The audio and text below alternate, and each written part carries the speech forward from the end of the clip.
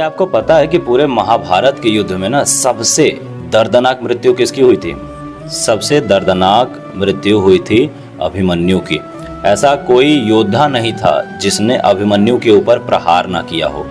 इतने मतलब कि चिथड़े उड़ा दिए थे उस लड़के के, उसके शरीर के, कि उसके शरीर का एक एक अंग जो है ना वो पता नहीं कहाँ कहाँ से ढूंढ कर निकाला था, फिर उसको जोड़ा गया था।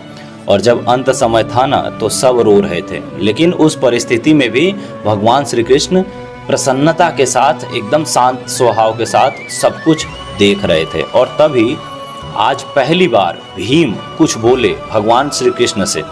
भीम ने कहा कि ठीक है प्रभु, मैं जानता हूँ कि आप सर्वश्रेष्ठ हैं, आप कौन हैं, आप तीनों लोगों के स्वामी हैं, मैं जानता हूँ, लेकिन ऐसे समय में क्या आपको बिल्कुल भी दया नहीं आ रही? हे प्रभु, ये सब आपको शोभा नहीं देता।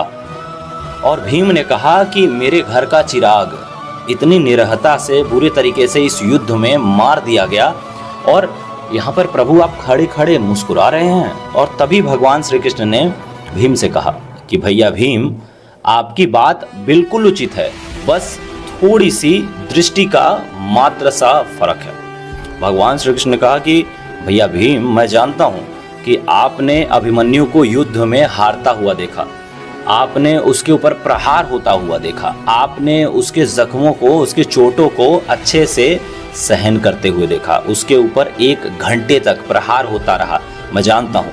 और आपको बहुत ही पीड़ा भी हुई, और बहुत ही ज़्यादा पीड़ा से अभिमन्यु का शरीर भी छूटा, और बहुत ही ये कष्ट की बात है, मैं स्वीकार करता हूँ। ऐसा भगवान श्री कृष्ण ने भीम से कहा।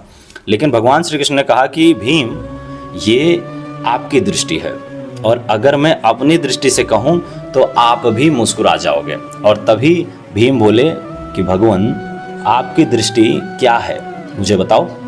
तभी भगवान श्री कृष्ण बोले कि 200 वर्षों में जितना अभिमन्यु को कष्ट होना था, उन सबको समेट करके मैंने 1 घंटे में कर दिया। और अब मुक्त होकर के वो चंद्रमा की गोदी में बैठा है, और वहाँ से मुझे ताक करके, मुस्कुरा करके देख रहा है, और अब बोल रहा है कि मामा, मैं बहुत बहुत ज़्यादा प्रसन्न हूँ। तो अभिमन्यु जो था वो बहुत ही कम उम्र का था, उसे चक्रव्यूह में फंसा करके कई महारथियों ने घेर लिया था, उसके हथियार तोड़ दिए थे, रथ नष्ट कर दिए थे, और निहत्थे होने के बावजूद भी उसने बड़ी ही बहादुरी से युद्ध किया, या यूँ कहूँ कि बड़ी ही वीरता के साथ युद्ध किया, और अंत में उसकी निर्मम हत्या की गई।